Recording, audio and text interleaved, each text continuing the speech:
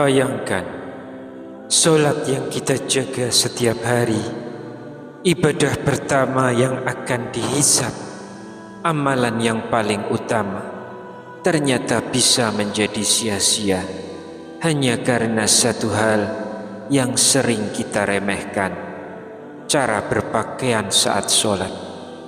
Banyak dari kita tidak tahu bahwa baju ketat, pakaian tipis, atau yang membentuk lekuk tubuh dapat membuat solat kita tidak diterima oleh Allah.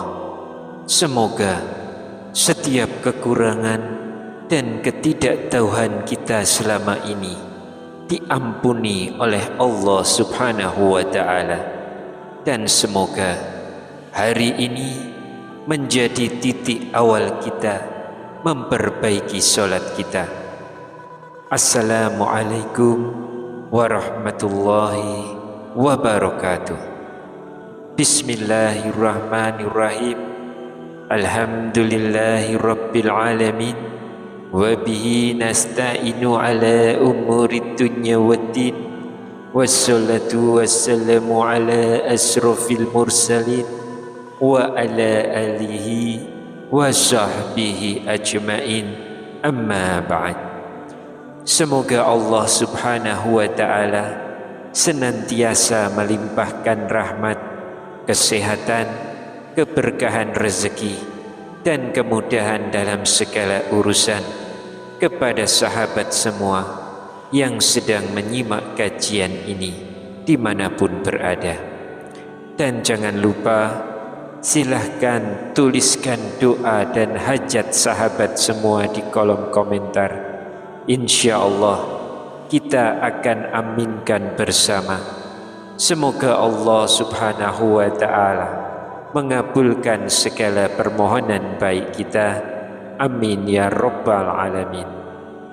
Sahabat istiqomah yang diberkahi Allah, solat adalah tiang utama dalam kehidupan seorang muslim. Ibadah inilah yang menjadi pondasi dari segala amal yang kita lakukan. Para ulama sepakat bahwa ketika kita kelak dihisab, ibadah pertama yang akan diperiksa adalah solat. Bila solat seorang hamba baik, maka amal-amal lainnya akan mengikuti kebaikannya. Namun jika solatnya rusak, maka rusak pula amalan yang lain. Karena itu, kita perlu bersungguh-sungguh dalam menjalankan solat agar pahala dan kualitas solat kita benar-benar sempurna, baik solat wajib maupun solat sunnah. Selain menjaga kekhusyukan dan memahami setiap bacaan yang kita lantunkan, ada hal lain yang sering dilupakan, yaitu memperhatikan pakaian yang kita kenakan saat berdiri di hadapan Allah Subhanahu wa Ta'ala. Jangan sampai kita menghadap Sang Pencipta dengan pakaian yang tidak pantas atau asal-asalan. Untuk itu, mari kita sama-sama mengetahui 7 kesalahan dalam berpakaian saat solat yang sebaiknya dihindari oleh setiap muslim.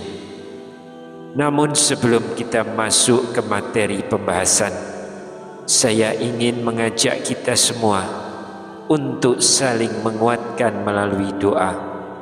Silakan tuliskan doa, harapan, dan hajat terbaik kalian di kolom komentar. Rasulullah Shallallahu Alaihi Wasallam bersabda bahwa doa seorang muslim untuk saudaranya tanpa sepengetahuannya adalah doa yang mustajab. Di dekatnya ada malaikat yang ditugaskan.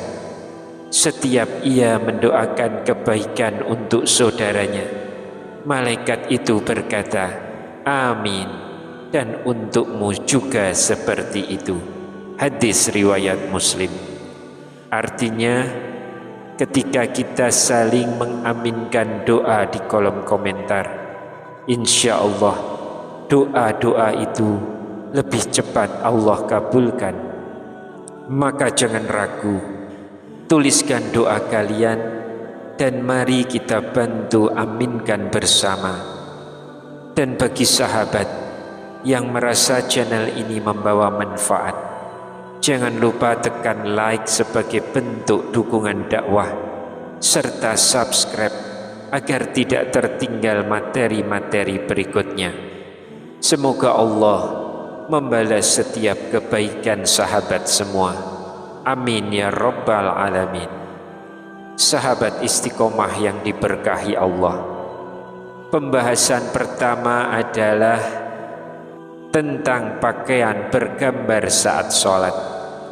Aisyah radhiyallahu anha meriwayatkan bahwa Rasulullah sallallahu alaihi wasallam pernah sholat memakai khamisah, sejenis pakaian yang memiliki gambar. Setelah selesai, beliau meminta pakaian itu ditukarkan dengan kain yang polos, karena gambar pada pakaian tersebut telah mengganggu kekhusyukan beliau. Riwayat ini terdapat dalam Sahih Bukhari dan Sahih Muslim, sehingga statusnya sahih. Ada pula hadis dari Anas radhiyallahu anhu bahwa Aisyah pernah memiliki kain tipis bergambar yang dijadikan tirai. Ketika Nabi SAW melihatnya, beliau berkata, "Jauhkanlah dariku kain ini, karena gambarnya selalu terlintas ketika aku sholat." Riwayat ini juga sahih dalam Sahih Bukhari. Ulama seperti Al-Qastalani menegaskan, jika gambar di sekitar orang yang sholat saja dapat mengganggu konsentrasinya, maka gambar yang menempel pada pakaian tentu lebih mengganggu lagi. Karena itu, sebaiknya seorang muslim menghindari pakaian bergambar ketika sholat agar kekhusyukan lebih terjaga. Pembahasan kedua adalah tentang sarung atau celana yang menjulur melewati mata kaki atau isbal bagi laki-laki. Isbal berarti memanjangkan pakaian hingga melewati batas mata kaki. Dalam syariat Islam, hal ini dilarang bila dilakukan karena kesombongan. Namun sebagian ulama juga tetap memakruhkan isbal walau tanpa niat sombong. Diriwayatkan dari Abu Hurairah radhiyallahu anhu bahwa ada seorang laki-laki sholat dengan sarung yang menutup mata kakinya. Nabi SAW menyuruhnya untuk berwudu kembali. Setelah ia datang lagi, Nabi tetap memintanya berwudu ulang. Ketika ditanya sebabnya, Nabi SAW menjawab bahwa Allah tidak menerima sholat seorang laki-laki yang isbal, yaitu yang pakaiannya melebihi mata kaki. Hadis ini diriwayatkan oleh Abu Dawud, Imam Ahmad, dan An-Nasa'i. Menurut penjelasan Imam Nawawi, sanad hadis tersebut sahih menurut standar Imam Muslim. Meski demikian, ulama berbeda pendapat mengenai sah atau tidaknya sholat seseorang yang isbal. Sebagian berpendapat sholatnya tidak diterima, sementara sebagian lain menyatakan sholatnya tetap sah, namun ia berdosa karena melakukan isbal. Ada pula hadis sahih dari Ibnu Mas'ud radhiyallahu anhu yang menunjukkan perlunya seseorang berhati-hati dalam masalah ini agar tidak menganggap remeh larangan isbal saat menunaikan sholat. Pembahasan ketiga adalah tentang sholat hanya memakai satu potong pakaian. Allah Subhanahu wa ta'ala berfirman dalam surah Al-A'raf ayat 31, wahai anak cucu Adam, pakailah pakaian yang indah setiap kali memasuki masjid. Para ulama menjelaskan bahwa kata masjid dalam ayat ini juga mencakup keadaan ketika seseorang hendak sholat, sehingga ayat ini mengajarkan agar kita beribadah dengan pakaian yang layak dan pantas. Diriwayatkan dari Abu Hurairah radhiyallahu anhu bahwa pernah ada seorang laki-laki bertanya kepada Nabi SAW tentang hukum sholat hanya dengan satu helai baju. Maka Rasulullah SAW bersabda, apakah sulit bagi kalian untuk mencari 2 potong pakaian? Hadis ini tercantum dalam Sahih Bukhari sehingga berstatus sahih. Ulama besar seperti Ibnu Abdul Bar menjelaskan dalam kitab At-Tahmid bahwa para ahli ilmu pada masa salaf merasa kurang pantas jika sholat hanya dengan satu helai pakaian, kecuali dalam keadaan darurat.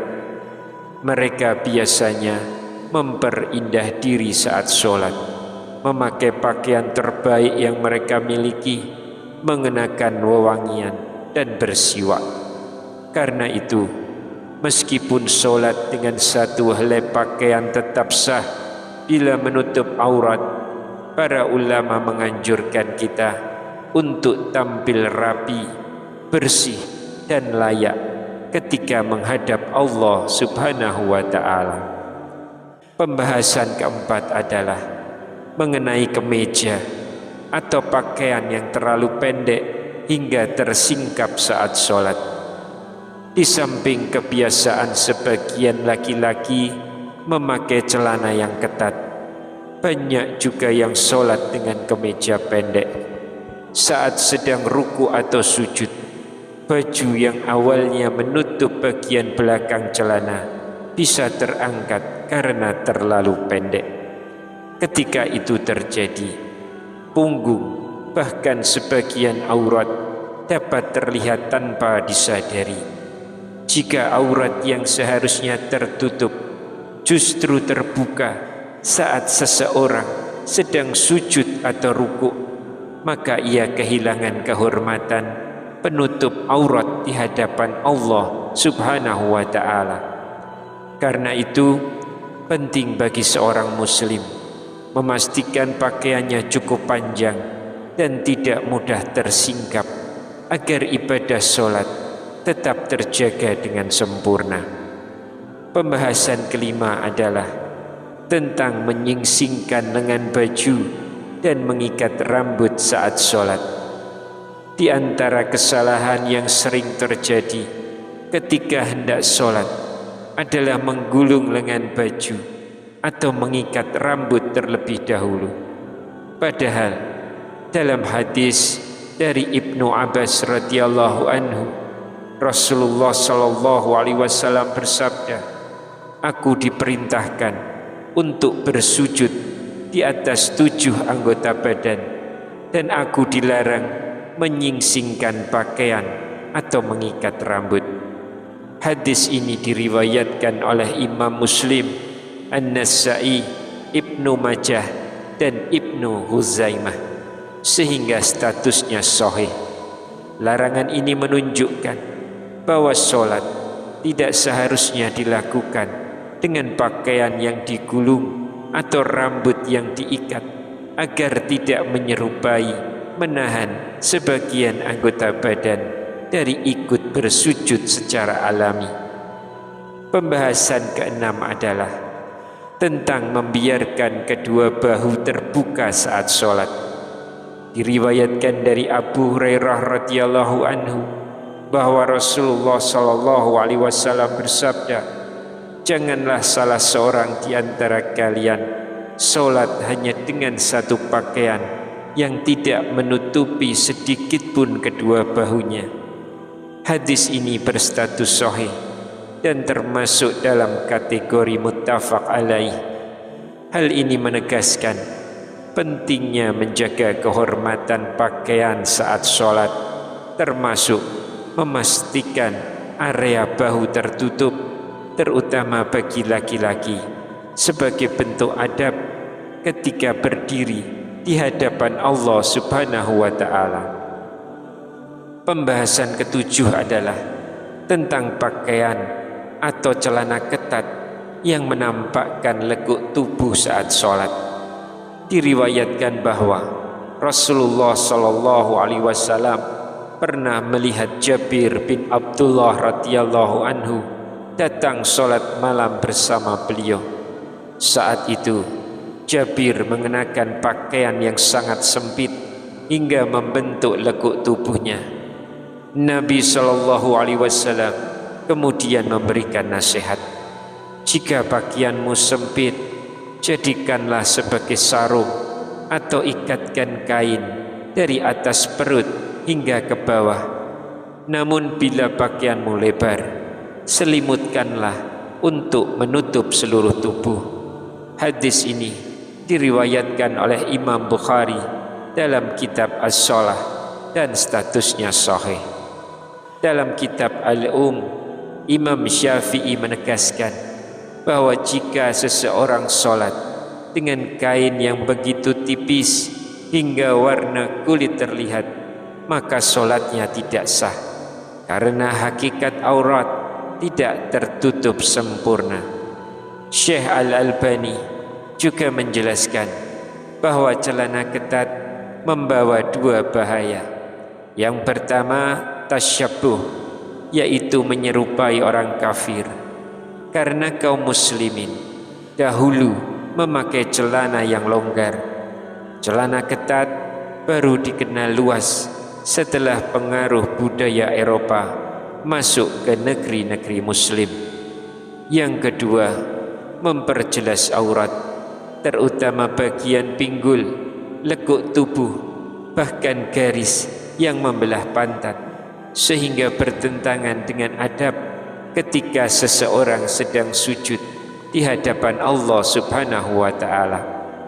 Lebih jauh lagi, Komite Tetap Fatwa Saudi Arabia, Lajnah Daimah, yang di negaranya berfungsi seperti MUI di Indonesia, memberikan rincian hukum seputar sholat memakai celana. Yang pertama, jika celana tersebut longgar, tidak transparan, dan tidak menampakkan lekuk aurat, maka boleh dipakai untuk sholat. Yang kedua, jika bahannya tipis sehingga aurat bisa terlihat dari belakang, maka sholat batal. Yang ketiga, jika celana tidak transparan tetapi membentuk aurat dengan jelas, maka hukumnya makruh, kecuali bila tidak ada pakaian lain yang bisa dipakai. Sebelum kita akhiri, jika menurut Anda penjelasan ini bermanfaat, mohon bantu share video ini agar lebih banyak saudara-saudara kita paham dan bisa memperbaiki sholatnya. Semoga menjadi amal jariah yang terus mengalir. Wallahu a'lam bishawab. Demikian yang bisa saya bagikan. Semoga bermanfaat untuk kita semua. Amin ya rabbal alamin. Wassalamualaikum warahmatullahi wabarakatuh.